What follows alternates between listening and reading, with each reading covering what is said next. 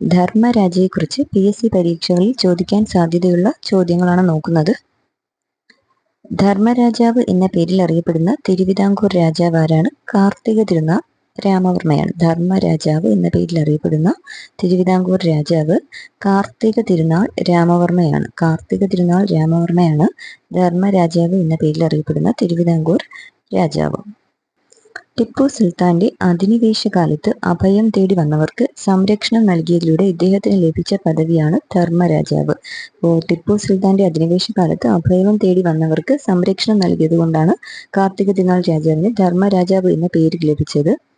തിരുവിതാംകൂറിന്റെ തലസ്ഥാനം പത്മനാഭപുരത്ത് നിന്നും തിരുവനന്തപുരത്തേക്ക് മാറ്റിയ വർഷം 1795. ധർമ്മരാജയാണ് തിരുവിതാംകൂറിന്റെ തലസ്ഥാനം പത്മനാഭപുരത്ത് നിന്നും തിരുവനന്തപുരത്തേക്ക് മാറ്റിയത് 1795. ടിപ്പു സുൽത്താന്റെ ആക്രമണത്തെ പ്രതിരോധിക്കാൻ നെടുങ്കോട്ട നിർമ്മിച്ച തിരുവിതാംകൂർ രാജാവാണ് ധർമ്മരാജാവ്. ടിപ്പു സുൽത്താന്റെ ആക്രമണത്തെ പ്രതിരോധിക്കാനായി നെടുങ്കോട്ട നിർമ്മിച്ച തിരുവിതാംകൂർ രാജാവ് ധർമ്മരാജാവാണ്. ധർമ്മരാജാവിന്റെ പ്രധാന മന്ത്രിമാരാണ് അയ്യപ്പൻ മാർത്താണ്ഡൻ പിള്ളയും രാജാ കേശവദാസും. ധർമ്മരാജയുടെ പ്രധാന മന്ത്രിമാരാണ് അയ്യപ്പൻ മാർത്താണ്ഡ പിള്ളയും രാജാ കേശവദാസും. തിരുവിതാംകൂറിലെ ആദ്യത്തെ വലിയ ദിവാൻ എന്ന പദവി ലഭിച്ചത് രാജാ കേശവദാസിനാണ്. തിരുവിതാംകൂറിലെ ആദ്യത്തെ വലിയ ദിവാൻ എന്ന പദവി ലഭിച്ചത് രാജാ കേശവദാസിനാണ്. രാജാ കേശവദാസിന് പദവി നൽകിയത് ധർമ്മരാജയാണ്. തിരുവിതാംകൂറിലെ വലിയ ദിവാൻ എന്നറിയപ്പെടുന്നത് രാജാ കേശവദാസ് ആണ്. രാജാ കേശവദാസിന് പദവി നൽകിയത് ധർമ്മരാജയാണ്. ആലപ്പുഴ തുറമുഖം വികസിച്ചെടുക്കുന്നതിൽ ധർമ്മരാജാവിനെ സഹായിച്ച ദളവയാണ് രാജാ കേശവദാസ്. ആലപ്പുഴ തുറമുഖം വികസിപ്പിക്കാൻ ധർമ്മരാജയെ സഹായിച്ച ദളവയാണ് രാജാ കേശവദാസ്. കഥകളി പ്രസ്ഥാനത്തിന് വലിയ സംഭാവനകൾ നൽകിയ ധർമ്മരാജാവ് രചിച്ച പ്രശസ്തമായ ആട്ടക്കഥകൾ ഏതൊക്കെയാണെന്ന് നോക്കാം. ഈ ധർമ്മരാജാവ് കഥകളി പ്രസ്ഥാനത്തിന് വലിയ സംഭാവനകൾ നൽകിയിട്ടുണ്ട്. കഥകളിയെ പ്രോത്സാഹിപ്പിച്ച തിരുവിതാംകൂർ രാജാവാണ് ധർമ്മരാജാവ്. ധർമ്മരാജാവ് രചിച്ച പ്രശസ്തമായ ആട്ടക്കഥകൾ ഏതൊക്കെയാണെന്ന് നോക്കാം. രാജസൂയം, സുഭദ്രാഹരണം, ഗന്ധർവചരിതം, പാഞ്ചാലി സ്വയംവരം. ധർമ്മരാജയുടെ പ്രധാനപ്പെട്ട ആട്ടക്കഥകളാണ് രാജസൂയം, സുഭദ്രാഹരണം, ഗന്ധർവചരിതം, പാഞ്ചാലി സ്വയംവരം. ധർമ്മരാജാവിന്റെ സമകാലികനായിരുന്ന പ്രശസ്ത ഹാസ്യകവിയാണ് കുഞ്ചൻ നമ്പ്യാർ. ധർമ്മരാജയുടെ സമകാലികനായിരുന്ന പ്രശസ്ത ഹാസ്യകവി കുഞ്ചൻ നമ്പ്യാരാണ്. ഇംഗ്ലീഷ് ഈസ്റ്റ് ഇന്ത്യ കമ്പനിയുമായി തിരുവിതാംകൂർ സ്ഥിരമായ ഒരു സൗഹൃദ ഉടമ്പടിയിൽ ഒപ്പുവെച്ചത് 1795 ധർമ്മരാജാവിന്റെ ഭരണകാലത്താണ്.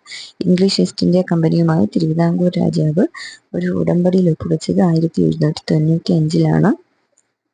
ബ്രിട്ടീഷുകാർ ധർമ്മരാജാവിനെ വിളിച്ചിരുന്ന പേര് കിഴവൻ രാജ എന്നാണ്. ബ്രിട്ടീഷുകാർ ധർമ്മരാജാവിനെ കിഴവൻ രാജ എന്ന് വിളിച്ചിരുന്നു. കല്ലടിക്കോടൻ, കപ്ലിങ്ങോടൻ എന്നീ കഥകളി സമ്പ്രദായങ്ങളെ സംയോജിപ്പിച്ച് കഥകളിയെ ജനകീയമാക്കാൻ മുൻകൈയെടുത്ത രാജാവാണ് ധർമ്മരാജ. കല്ലടിക്കോടൻ, കപ്ലിങ്ങാടൻ എന്നീ കഥകളി സമ്പ്രദായങ്ങളെ സംയോജിപ്പിച്ചുകൊണ്ട് കഥകളിയെ ജനകീയമാക്കാൻ മുൻകൈയെടുത്ത രാജാവ് ധർമ്മരാജയാണ്. മാർത്താണ്ഡവർമ്മയുടെ കാലശേഷം തിരുവിതാംകൂറിൽ അധികാരത്തിലെത്തിയത് അദ്ദേഹത്തിന്റെ അനന്തരവൻ കാർത്തിക തിരുനാൾ രാമവർമ്മയാണ്. ഈ പറയുന്ന കാർത്തിക തിരുനാൾ രാമവർമ്മ മാർത്താണ്ഡവർമ്മയുടെ അനന്തരവനാണ്.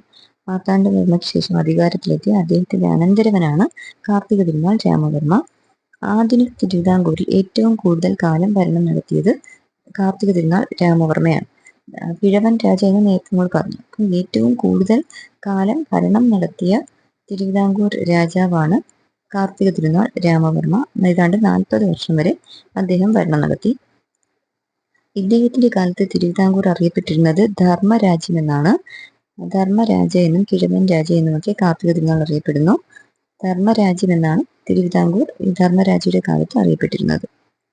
ധർമ്മരാജാവുമായി സഖ്യമുണ്ടാക്കിയ കൊച്ചി രാജാവായിരുന്നു കേരളവർമ്മ. ധർമ്മരാജയുമായി സഖ്യമുണ്ടാക്കിയ കൊച്ചിയിലെ രാജാവ് കേരളവർമ്മയാണ്.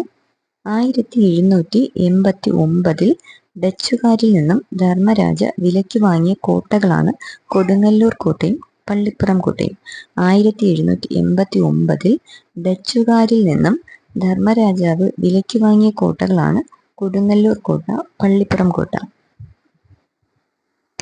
1789 ഡച്ചുകാരിൽ നിന്നും ധർമ്മരാജാവ് വിലയ്ക്ക് വാങ്ങിയ കോട്ടകളാണ് കൊടുങ്ങല്ലൂർ കോട്ട, പള്ളിപ്പുറം കോട്ട. ക്യാപ്റ്റൻ ഡിലനോയ് അന്തരിച്ചത് ധർമ്മരാജയുടെ കാലത്താണ്. ക്യാപ്റ്റൻ ഡിലനോയ് അന്തരിച്ചത് ധർമ്മരാജയുടെ കാലത്താണ്. അനന്തരായൻ പണം എന്ന സ്വർണ്ണ നാണയം തിരുവിതാംകൂറിൽ അവതരിപ്പിച്ചത് ധർമ്മരാജാവിന്റെ കാലഘട്ടത്തിലാണ്. അനന്തരായൻ പണം എന്ന സ്വർണ്ണ നാണയം തിരുവിതാംകൂറിൽ അവതരിപ്പിച്ചത് ധർമ്മരാജാവിന്റെ കാലഘട്ടത്തിലാണ്. ആട്ടക്കഥ രചിച്ച തിരുവിതാംകൂർ രാജാവ് ധർമ്മരാജയാണ്.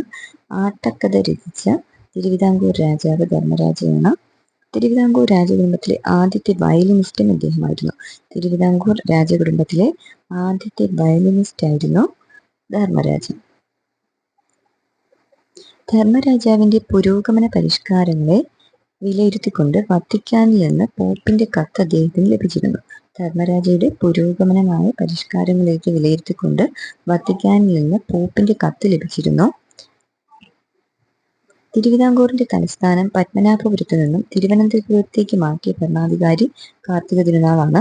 ശ്രീ പത്മനാഭസ്വാമി ക്ഷേത്രത്തിൽ സപ്തസ്വരങ്ങൾ കേൾപ്പിക്കുന്ന പ്രത്യേകതരം കൽത്തൂണുകളുള്ള കൽമണ്ഡപം, കുലശേഖര മണ്ഡപം ഇവ പണികഴിപ്പിച്ചത് ധർമ്മരാജാവിന്റെ ഭരണകാലത്താണ്.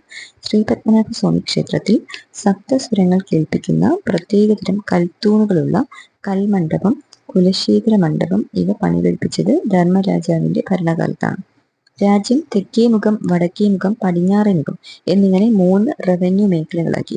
രാജ്യത്തെ തെക്കേമുഖം, വടക്കേമുഖം, പടിഞ്ഞാറേമുഖം എന്നിങ്ങനെ 3 റവന്യൂ മേഖലകളാക്കി. സർവാധികാരിക്കാർ എന്ന ഉദ്യോഗസ്ഥന്റെ കീഴിലായിരുന്നു ഓരോ മേഖലയും. സർവാധികാരിക്കാർ എന്ന ഉദ്യോഗസ്ഥന്റെ കീഴിലായിരുന്നു.